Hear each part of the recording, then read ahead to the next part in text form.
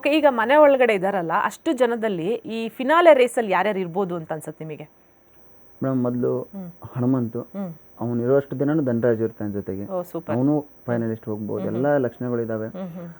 ಆಟ ಅಂತ ಬಂದಾಗ ಅವನು ಆಡ್ತಾನೆ. ಮನೆ ಎಂಟರ್ಟೈನ್ಮೆಂಟ್ ಅಂತ ಬಂದಾಗ ಮನೆ ಜನಗಳಿಗೆ ಎಲ್ಲೋ ಅವರಿಬ್ರದ್ದು ಕಾಂಬಿನೇಷನ್ ತುಂಬಾ ಇಷ್ಟ ಆಗ್ತಾ ಇದೆ ಅಂತ ನಾನು ಅನ್ಕೊಂಡಿದ್ದೀನಿ. ಅವರಿಬ್ರು ಇರ್ತಾರೆ. ಅದ್ಬಿಟ್ಟು ತ್ರಿವಿಕ್ರಮ್ ಇರ್ತಾರೆ, ಮಂಜು ಇರ್ತಾರೆ, ರಜತ್ ಇರ್ತಾರೆ. ಓಕೆ, ರಜತ್ ಅವ್ರು ಇರ್ತಾರೆ ಅಂತ ಅನ್ಸುತ್ತೆ ನಿಮಗೆ? ಅಂದ್ರೆ ತುಂಬಾ ಲೇಟ್ ಆಗಿ ಮನೆಗೆ ಬಂದ್ರು? ಇಲ್ಲ ಮೇಡಮ್, ರಜತ್ ಅವ್ರು ತುಂಬಾ ಕ್ಲಿಯರ್ ಆಗಿದ್ದಾರೆ ಆಕ್ಚುಲಿ. ಓಕೆ, ಆಮೇಲೆ ಯಾರು ಫಿಮೇಲ್ ಕಂಟೆಸ್ಟೆಂಟ್ಸ್ ಯಾರು ಇರೋದಿಲ್ವಾ? ಇಲ್ಲ ಮೇಡಮ್. ಯಾಕೆ, ಯಾವ ಕಾರಣಕ್ಕೆ ಅನ್ಸುತ್ತೆ ಆ ಥರ ಏನಿಲ್ಲ ಅಲ್ಲಿ ಮನೆ ಒಳಗಡೆ. ನಾವು ಇಲ್ಲಿ ಅನ್ಕೊಂಡಂಗೆ ಹೊರಗಡೆ ಇದ್ದು ಅನ್ಕೊಂಡಂಗೆ ಒಳಗಡೆ ಆ ಥರ ಇಲ್ಲ. ಯಾಕಂದ್ರೆ ಚೈತ್ರ ಅವ್ರದ್ದು ಜಾಸ್ತಿ ಮಾತಾಡ್ತಾರೆ ಅಂದ್ಬಿಟ್ರೆ ಬೇರೆ ಏನೇನಿಲ್ಲ. ಗೌತಮಿ ಅವರು ಬಿ ಪಾಸಿಟಿವ್ ಅಲ್ಲೇ ಇದ್ದಾರೆ.